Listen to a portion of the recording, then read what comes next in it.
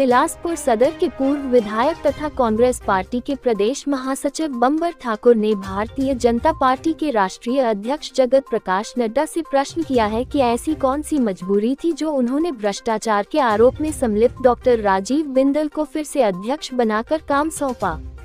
बिलासपुर में पत्रकारों को संबोधित करते हुए उन्होंने कहा कि कोरोना काल में जब लोग जिंदगी और मौत से जूझ रहे थे, उस समय पीपी किट घोटाला, सैनिटाइजर घोटाला, अन्य घोटालों में तत्कालीन भाजपा के प्रदेश अध्यक्ष डॉक्टर राजीव बिंदल की संलिप्तता पाई गई थी और उसके चलते ही उन्हें भाजपा के प्रदेश अध्यक्ष पद से हटा दिया गया था।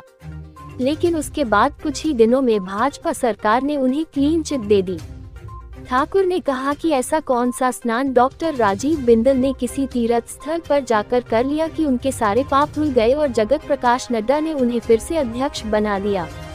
उन्होंने कहा, इसी तरह भाजपा के प्रदेश महासचिव त्रिलोक जम्वाल ने भी अथाह संपत्ति एकत्र कर रखी है जिसकी आज तक कोई जांच नहीं हुई, बल्कि त्रिलोक जम्वाल को तो भाजपा के राष्ट्रीय अध्यक्ष का खास माना जाता है। उन्होंने कहा कि इस बारे में भी भाजपा के राष्ट्रीय अध्यक्ष को जवाब देना चाहिए कि इस वकील के पास इतनी संपत्ति कहां से एकत्र हुई। उन्होंने कहा कि कांग्रेस पार्टी शीघ्र ही इस विषय पर महामहिम राज्यपाल तथा प्रदेश के मुख्यमंत्री को ज्ञापन सौंपने वाली है और यह आग्रह करेगी कि इस सारे भ्रष्टाचार की उच्च स्तरीय जांच की जानी चाहिए। उन्होंने हरीश नड्डा द्वारा चलाए गए अभियान पर भी आरोप लगाते हुए कहा कि चेतना संस्था के माध्यम से वह सदर विधानसभा क्षेत्र में जिम खोल रहे हैं, यह इजाजत उन्हें किसने दी। उन्होंने कहा कि दिव्यांगों के लिए विभिन्न दानी सज्जनों ने चेतना संस्था को खुलकर दान दिया है, लेकिन हरीश नड्डा चेतना का नाम प्रयोग करते हुए उस पैसे का दुरुपयोग कर रहे हैं।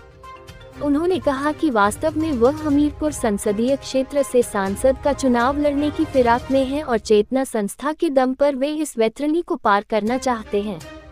उन्होंने कहा कि इस विषय की भी पूरी जांच होनी चाहिए कि किसी एनजीओ का पैसा इस तरह से क्यों बांटा जा रहा है। भारतीय जनता पार्टी के राष्ट्रीय अध्यक्ष के पुत्र ने और त्रिलोक जम्वाल ने एक कैंप रखा था और उसमें एम्स के 9 डॉक्टर उस कैंप में बुला लिए और वहाँ पर सिर्फ 10-20 आदमियों को चेकअप कराया गया अपनी राजनीति को चमकाने के लिए। वो एमपी के इलेक्शन की तैयारी कर रहा है बेटा, अच्छी बात है, लेकिन लोगों को परेशान करके हज़ारों लोग जो एम्स में चेकअप कराने के लिए आए थे, कल जो है वो इधर उधर जो है बेचारे भटकते रहे डॉक्टरों की तलाश में। डॉक्टरों को जो है वो अपने कैंप में ले गए। तो ये तो इसकी हम घोर निंदा करते हैं कि अपनी राजनीति को चमकाने के लिए इस प्रकार के कुप्रयास कर रहे हैं। और दूसरे, दिव्यांगों का पैसा, दिव्यांगों के पैसे से जो है जिम बांट रहे हैं और दिव्यांगों के पैसे से जो है वह कैंप लगा रहे हैं। तो जनता ने और बड़े बड़े इंडस्ट्रियलिस्टों ने 25 वर्षों की जो पुरानी जो आपकी चेतना संस्था है उसमें दान दिया था दिव्यांग बच्चों के उत्थान के लिए, उनकी पढ़ाई के लिए, उनके जो है वो रहन सहन के लिए।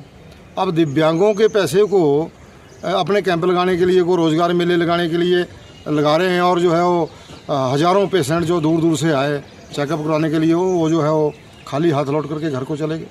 तो इसकी जितनी निंदा की जाए उतनी कम है। और भारतीय जनता पार्टी के जो प्रदेश अध्यक्ष हैं राजीव बिंदल जी भी आकर के बिलासपुर में कांग्रेस के बारे में और कांग्रेस की सरकार के बारे में अंट संट बोल के गए।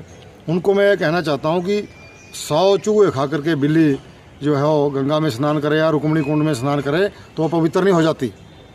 आपने जो है पीपी घोटाला, दवाइयों का घोटाला, सैनिटाइजर घोटाला किया, इसलिए आपको जो है जेपी नड्डा जी और मोदी जी ने हटाया था।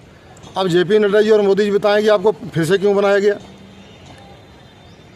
ये मेरी आज की पत्रकार वार्ता के कुछ अंश थे जो मैं जनता के माध्यम से, आपके माध्यम से जनता के बीच में लाना चाहता था। धन्यवाद।